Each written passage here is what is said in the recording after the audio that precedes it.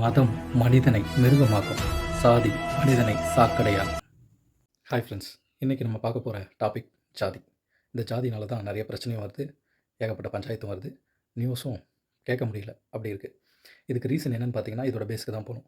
பேஸை பார்க்கணுன்னா இது வந்து வில்லேஜ் தான் போகணும், முக்கியமாக சவுத் நார்த்லேயும் இருக்குது. பட் ஆனால் சவுத்தில் தான் இது ரொம்ப அதிகமாக இருக்குது. இது என்ன ரீசனுக்காக அதிகமாக இருக்குதுன்னு பார்த்தீங்கன்னா, வில்லேஜில் எல்லாருமே ஒரு குறுகிய வட்டத்தில் இருப்பாங்க.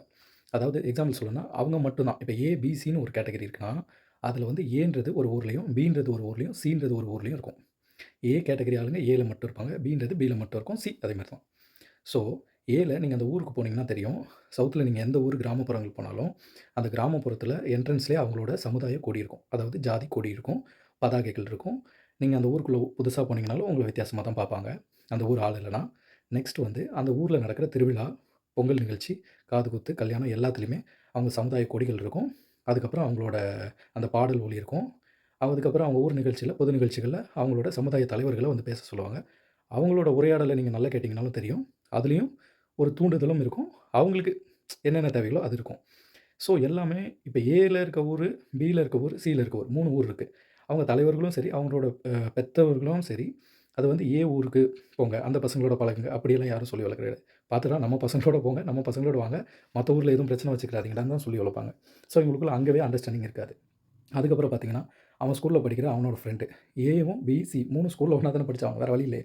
அந்த ஸ்கூலில் படிக்கும்போது அவன் வரும்போது, யார் கூடப்பா போயிட்டு வர, அவன் எந்த ஊருக்காரன், அவன் வந்து ஏ இருக்கவன் பி ஸ்கூல்னு சொல்லிட்டானா, அந்த பசங்க கூடலாம் சேராத, அவன்கிட்ட தண்ணி வாங்கி கொடுக்காதன்னு சொல்கிறது. இல்லை அவங்க இவங்கள சொல்கிறது. இவங்களுக்குள்ளே ஒரு இதை வச்சுட்டு சொல்லிட்டு இருக்குது. ஸோ அந்த பிரச்சனை வந்து பேஸ்லேருந்தே அந்த பசங்களை மெழுகேற்றி வளர்க்குறாங்க. செகண்டரி அடுத்த ஸ்டேஜ் எங்கே, காலேஜ் சிட்டிக்கு தானே வந்தாங்க.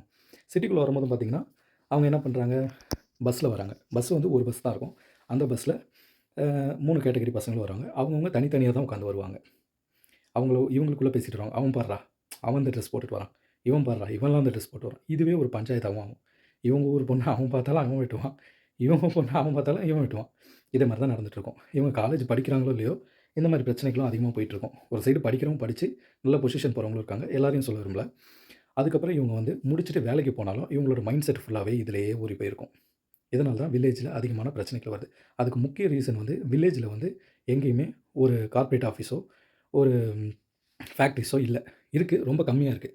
அந்த ஃபேக்ட்ரிஸையும் கார்ப்பரேட் ஆஃபீஸையும் அதிகப்படுத்திட்டா அவங்க வேலைக்கு போகிறதுக்கே அவங்களுக்கு டைம்ஸ் கரெக்டாக இருக்கும். ஸோ பிரச்சனைகள் கொஞ்சம் கம்மியாகும். அதுக்கு நம்ம கவர்மெண்ட் தான் முயற்சி எடுக்கணும்.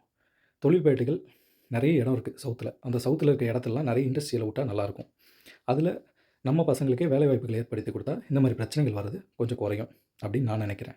சென்னையில் இந்த மாதிரி பிரச்சனைகள் இல்லையான்னு கேட்டிங்கன்னா இருக்குது, ரொம்ப மைல்டாக இருக்குது. மேக்ஸிமம் ஒரு 2% தான் இருக்கும். அது கூட எல்லாமே ரொம்ப அதை பூசி மூடின மாதிரி பேசுவாங்க. யாரும் இங்கே ஓப்பனாக கேட்குறதில்ல. எல்லோரும் எல்லாரு கூடயும் பழகுவோம், பேசுவோம். ஆனால் அங்கே ஓப்பனண்டாக நம்ம போனால் நீ யாருப்பான்னு கேட்டுருவாங்க. ஸோ இந்த ஜாதி இதெல்லாம் மறந்துட்டு எல்லோரும் மனுஷனாக ஒன்றிணைந்து வாழணுன்றது தான் என்னோட இது. Thanks for watching video. Please subscribe and share the video. Thank you.